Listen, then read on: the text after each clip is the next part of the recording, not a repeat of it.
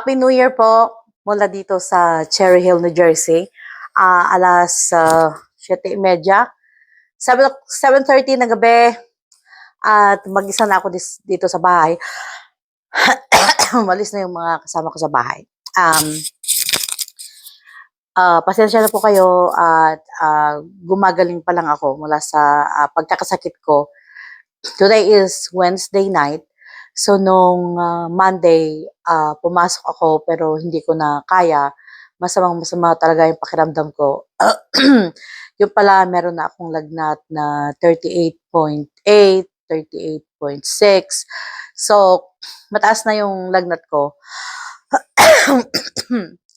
At hindi ko makontak ang doktor ko. Mabuti na lang may mga dala akong gamot galing sa Pilipinas.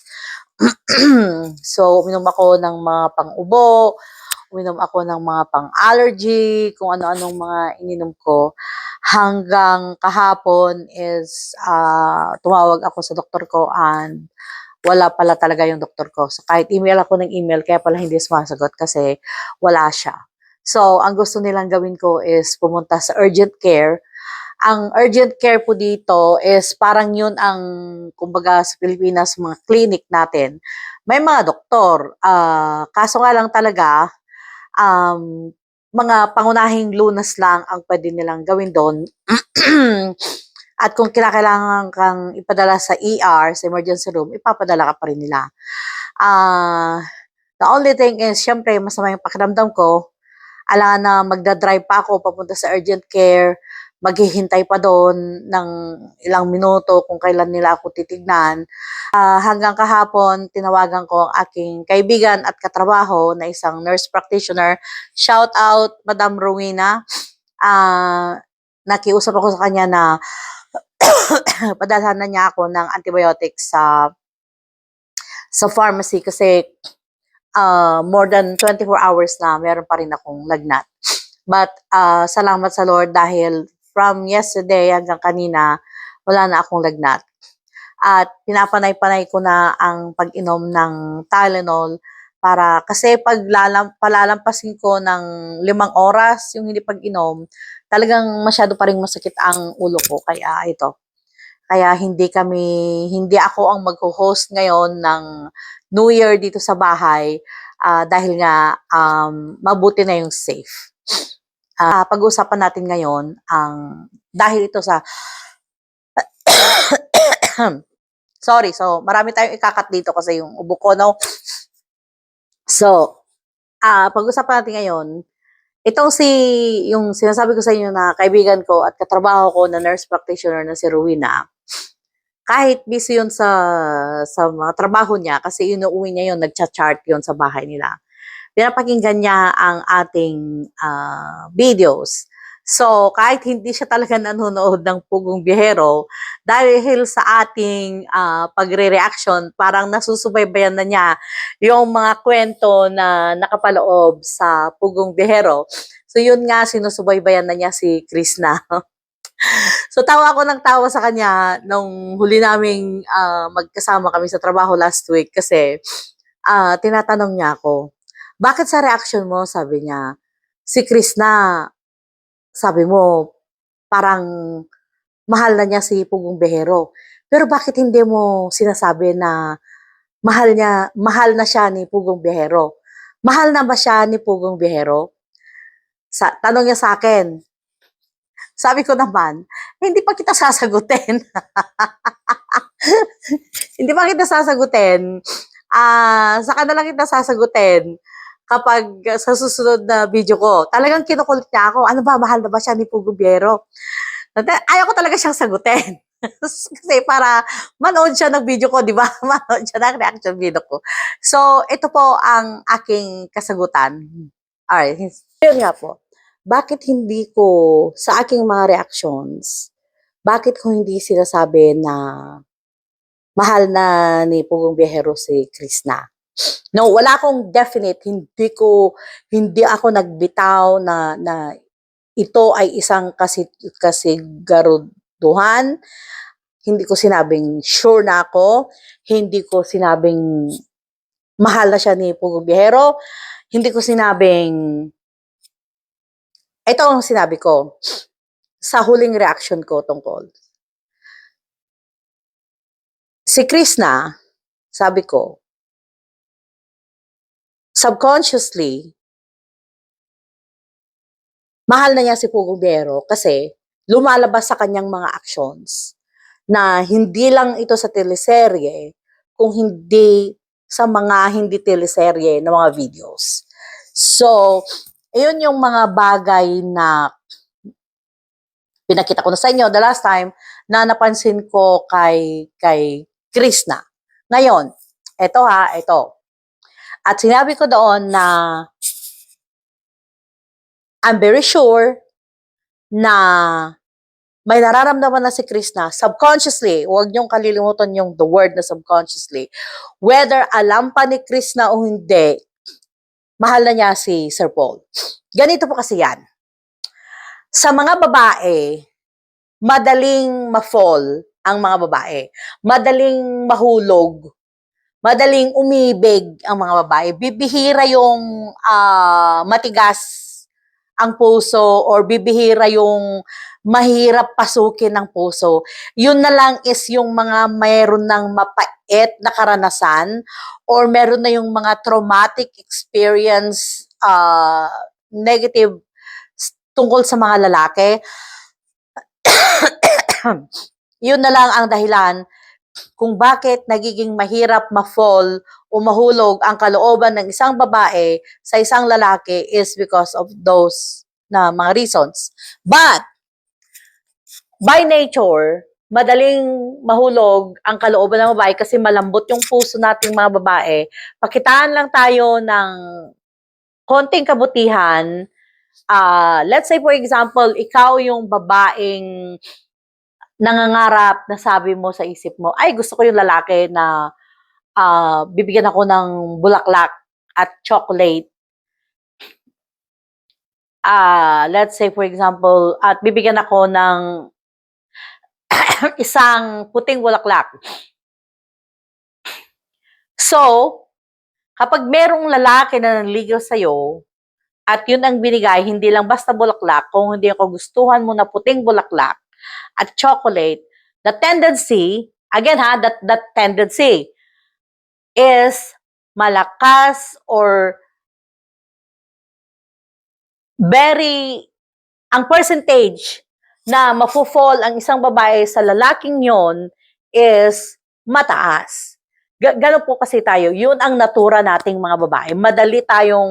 Madaling mapalubag ang ating loob, madaling maapektuhan ang ating mga puso. Kaya we are very sensitive by nature na mga babae. So, on the other hand, ang mga lalaki, ang natura naman ng lalaki, ito ay yung mga pangkaraniwan ng mga yung mga regular men na tinatawag, no? Hindi sila basta-basta magsasabi na mahal kita sa isang babae. Unless madali lang sa kanila ang pagsabi na mahal kita kasi sanay na silang magsabi ng mahal kita sa isang babae para lang makuha nila yung gusto nila. Unless na sanay sila yung salitang mahal kita is wala lang, no, wala talaga sa puso nila. Pero ang lalaki po na seryoso sa kanyang magiging karelasyon, hindi niya agad-agad ma-express or masasabi ang mga katagang I love you. Kasi gusto niyang siguraduhin ang nararamdaman niya at dahil sa kagustuhan niyang for long term ang magiging relationship na to. At kahit pa sino po sa inyo na nakaranas ng sinasabi ko, na yung mga lalaki na medyo naghintay ng ilang pagkakataon, ilang buwan, or I don't know, may bumabot ng taon, bago ka sinabihan na I love you, yun talaga yung mga lalaking sineryoso ka talaga. Kasi yun nga yung sinasabi ko, talagang pinakiramdaman muna nila ang kanilang sarili kung yung nararamdaman nila sa'yo is talagang totoong pagmamahal.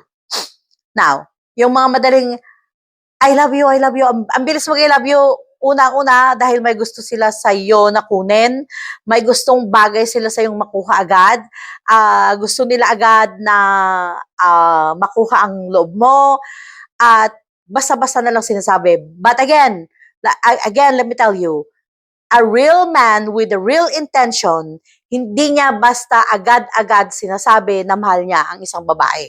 Okay. Okay na po tayo, ha? So, but then again, may mga exception to the rules. Meron naman siguro yung talagang unang kita pa lang niya, sasabihin na niya, I love you. Like, I don't know. Medyo parang hindi ako masyadong kumbinsado sa pagkakataon na yun. Because, ang totoong pag-ibig, it has to grow. No? Mag-umpisa yan sa maliit at dapat lalago ng lalago yon. At hanggang hindi na makontain ng puso ng lalaki, ang sa kanya sasabihin na mahal kita sa isang babae.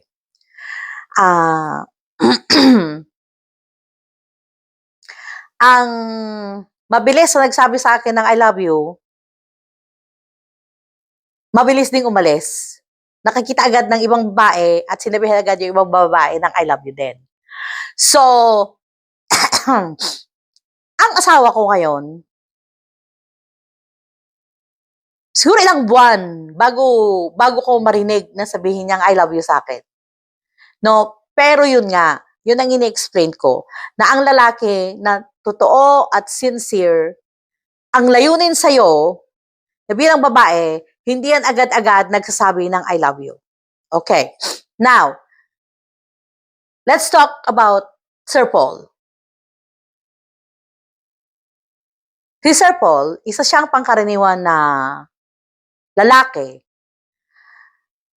Ito kasi po yan. Nurse Nora, bakit hindi mo masabing mahal na ni Sir Paul si Chris na ang dami-dami niyang mga binibigay? Una-una, yung pagsabi ninyo na siya lang ang dinala ni Sir Paul sa Laguna na na-meet yung family niya agad-agad. Okay. Meron pong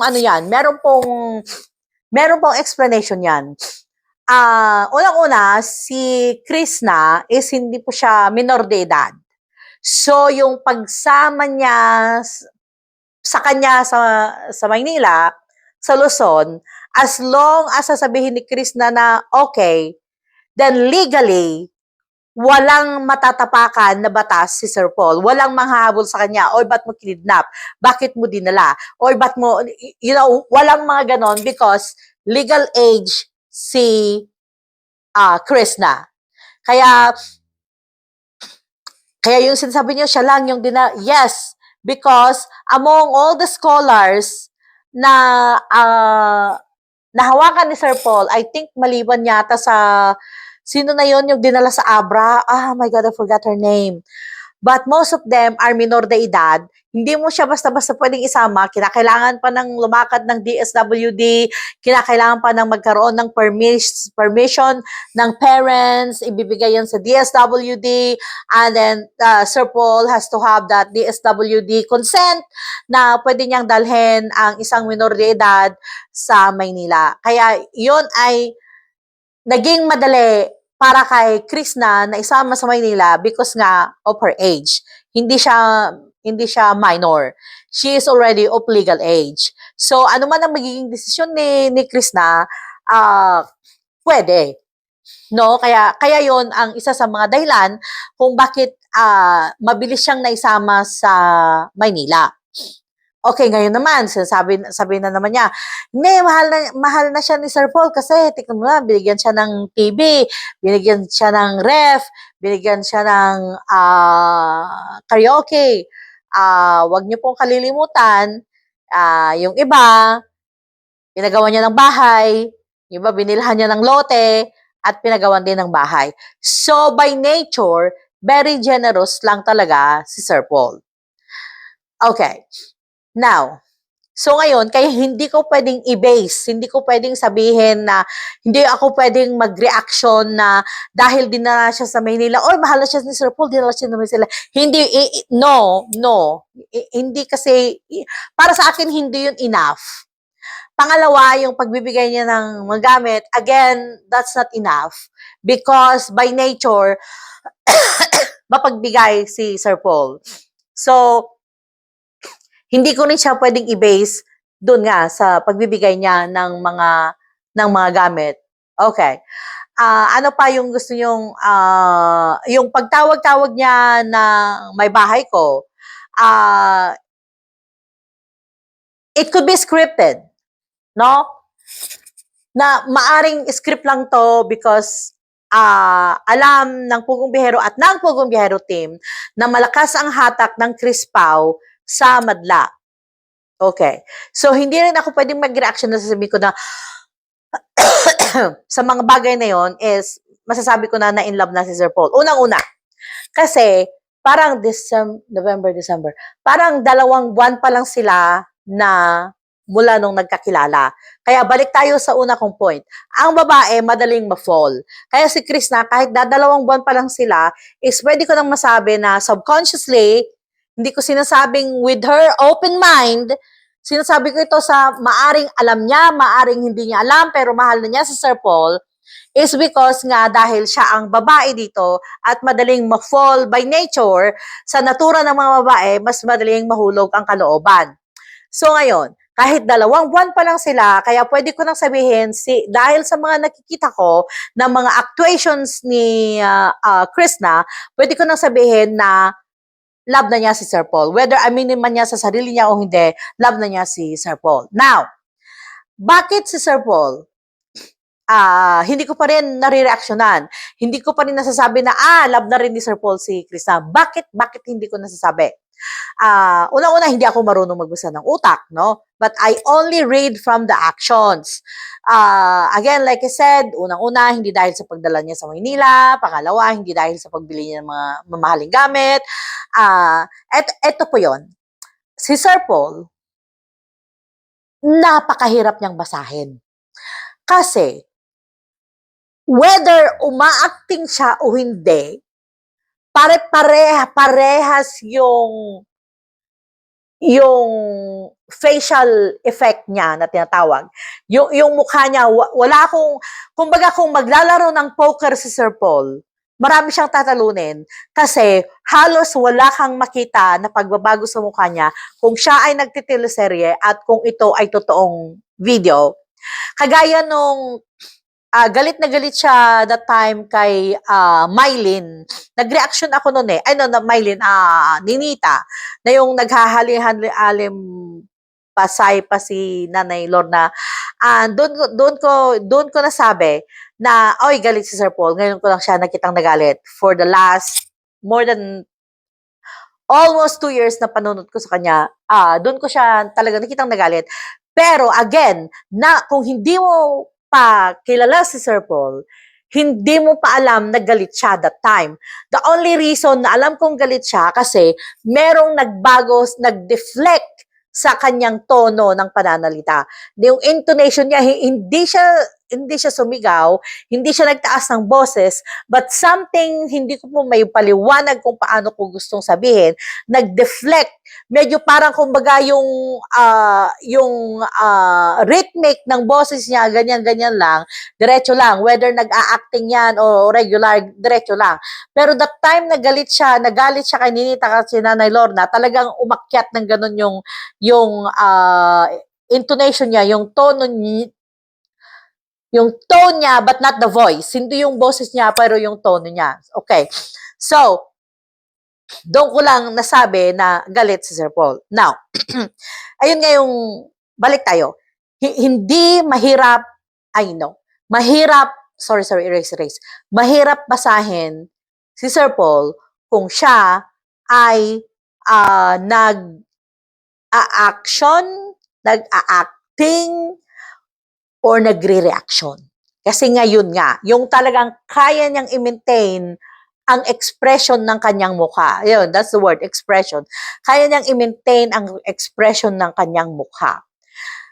Galit man, natutuwa man, his face looks the same. No? Yung facial expression niya the same. Magbabago lang doon sa intonation niya. Medyo umaakyat ng konti. Ngayon, ano ang magiging basis natin?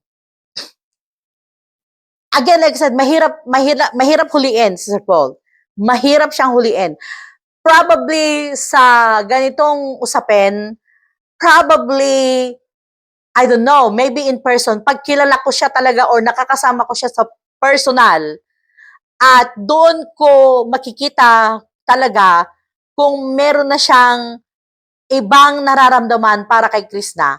Pero sa mga nakikita ko sa mga videos, again, like I said, I cannot say it because, yun nga, ang facial expression ni Sir Paul is pare-parehas. Now, eto, pero bakit ang pamilya niya parang botong-boto lahat kay Krishna? Mula nanay, mga kapatid, mga hipag, mga bayaw, gustong-gusto nila si Krishna. So, gaya ng na-reaction ko natin, two things. Either one, may nakikita sila kay Sir Paul na hindi natin nakikita na meron siyang pagtingin talaga kay Krishna. Or number two, gusto talaga nila si Krishna para kay Sir Paul. Na kahit wala kay Sir Paul. You get me? Okay. So, kaya ganun ang pagtanggap ng family ni Krishna, pagtanggap ng family ni Sir Paul kay Krishna is because, ulitin ko yung point natin, is one, either nakita nila na may pagtingin si Sir Paul sa kanya, or number two, gusto talaga nila si Krishna para kay Sir Paul, and they're the one pushing her to him, and him to her. So, kumbaga sila yung nagpo-push. Hindi ko pong sinasabing ganun nga ang nangyayari. Ang sinasabi ko, possibilities. Okay. Pati rin sina Peter Paul at Rebecca, na mahaba yung ha niya, ganun din. Either one, may nakikita sila kay Sir Paul, or number two, is gusto na talaga si Krishna at pinupush nila si Krishna para kay Sir Paul, at pinupush nila si Sir Paul kay Krishna. So, either of those things. But, knowing Sir Paul, ito po yan. Kaya, nakita ko noon sa isang teleserye, I think it was episode number 9, nung sinabi ni Edito sa kanya na, pangit yung ginagawa mo, ba't mo siya nagugustuhan, scholar mo siya, or tinutulungan mo siya. Nagsasabi ng mga netizens na ang pangit daw tignan. Malala niyo yon, yung episode na yon na sinabi ni Edito sa kanya sa teleserye na yon. At ano doon ang sabi ni Sir Paul? Kaya nga inaayos ang lahat. So may pag-aayos na nagaganap. And remember this, most na nangyayari sa mga teleserye ng Pugong Biyahero is hango sa totoong buhay. So, they are creating a script out of real events. Gumagawa sila ng script mula sa mga totoong pangyayari. Kaya kung minsan, kagaya itong huli, yung nandun sila sa Kapatagan, yung para silang nasa Mind's View, no? Na, yung title nila yun na teleserye. But, the actuations, or yung pangyayari na yun, is totoo sila, pumunta talaga silang namasyal with the family. So now, ano ba talaga, kuya? Ito ba talaga teleserye o totohanan?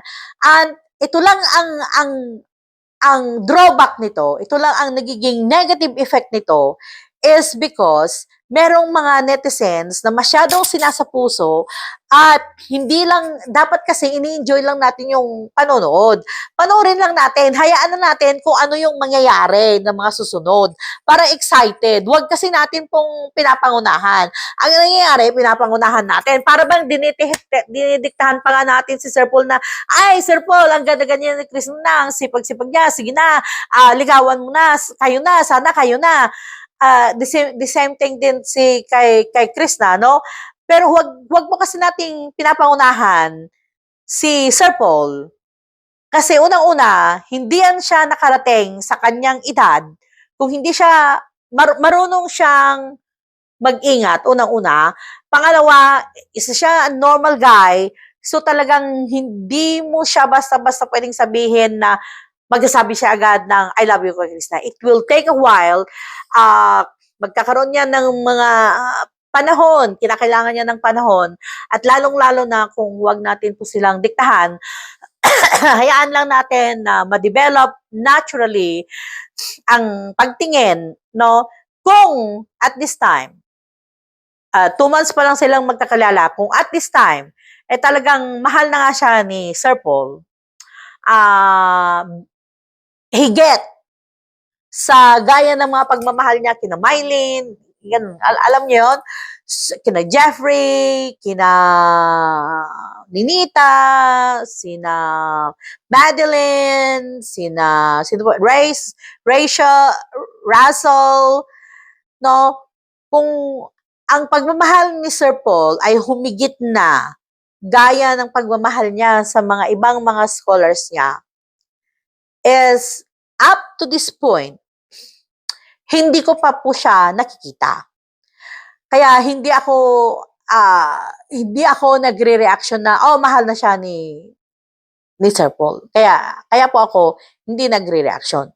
Ngayon, kasi ayaw kong pangunahan. Ayaw kong pangunahan si Sir Paul. But si Krishna, her being a woman, like me, like most of you na nanonood, alam nyo. Kaya nga yung ano nyo na, sobrang kilig nyo. Because, nafe-feel nyo talaga na meron na talagang pagtingin si Krishna kay Sir Paul without acting. Okay. So, yun po.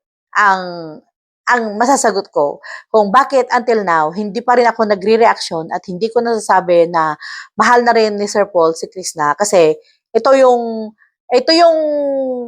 usapin na kinakailangan kong mag-ingat. Ayaw kong pangunahan si Sir Paul. Ayaw kong bigyan kayo ng false na hope. Yung, alam niyo yun, yung pag-asa na, yung false hope. Yung pag-asa na hindi totoo. Ayaw ko kayong bigyan ng ganon.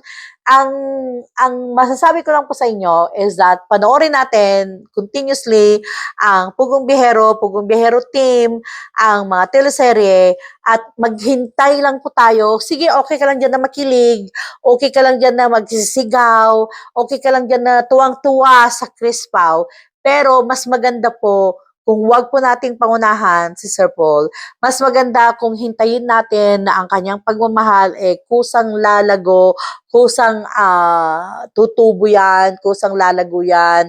Hintayin po lang natin kasi mas masaya po pag ganun. Yung tama sa pagkahinog, hindi mahihinog sa pilit, kaya hayaan po lang natin. No? Maraming bumabato, hayaan lang natin, nandito si Nurse Nora tagapagtanggol. ng Pugang Bihero team. Okay. So, ayun lang po. I'm so sorry, hindi yun ang ine-expect nyo na magiging reaction ko. But, as marami sa inyo nagsasabi na kung mag-reaction ako ay makatotohanan, is yun po. Talagang hanggang gusto ko, as much as I can, makatotohanan. Hindi po ako, sino ka ba na marunong ka ba, may ano ka ba na nagbabasa, marunong ka magbasa ng utak ng tao, yun nga po. That's the reason why na hindi ko pwedeng sabihin na final, na merong isang finality na mahal na ni Sir Paul si Krishna. Yes, mahal niya ito bilang like somebody is like Mylene, or like Russell, like Jeffrey, But if it is more than that, ayaw kong pangunahan si Sir Paul. Siguro kung may makita ako at kumbensado na talaga ako, saka lang po ako magre-reaction na eto na nga. Totoo na. Again, kung totoo man ito, ayaw ko pangunahan si Sir Paul. Yun lang po. Maraming salamat and Happy New Year. Bye-bye.